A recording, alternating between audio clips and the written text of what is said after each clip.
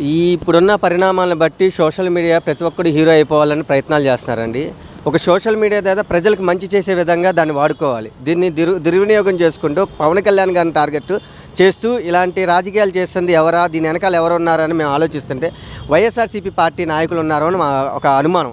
దాంతోపాటు ఇలాంటి వాళ్ళ పేటీఎం బ్యాచ్నంతా లక్షల రూపాయల జీతాలు ఇస్తూ వాళ్ళకి వాళ్ళ వైసీపీ సోషల్ మీడియా ద్వారా వాళ్ళని వెనకాల నుండి బ్యాక్గ్రౌండ్ నుండి వీళ్ళకి లక్షల జీతాలు ఇస్తూ వాళ్ళని ప్రోత్సహిస్తూ ఇలాంటి ఆరోపణలను ఇప్పుడు గవర్నమెంట్లో ఉన్న ఒక రాష్ట్ర ఉప ముఖ్యమంత్రి వారిని జనసేన పార్టీ అధ్యక్షులు పవన్ కళ్యాణ్ గారిని ఎంత విమర్శ చేస్తున్నారంటే ప్రతి ఒక్కడు ఏం చేస్తున్నాడంటే ఒక పవన్ కళ్యాణ్ గారు అనేవాడు దేశంలో టార్గెట్ అయిపోయారు.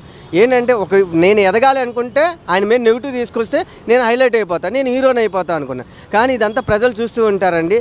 ప్రతి ఒక్కరికి పవన్ కళ్యాణ్ ఎందుకు అవుతున్నాడు అంటే మీరు హీరో అవ్వాలంటే పవన్ కళ్యాణ్ టార్గెట్ అయిపోతుంది.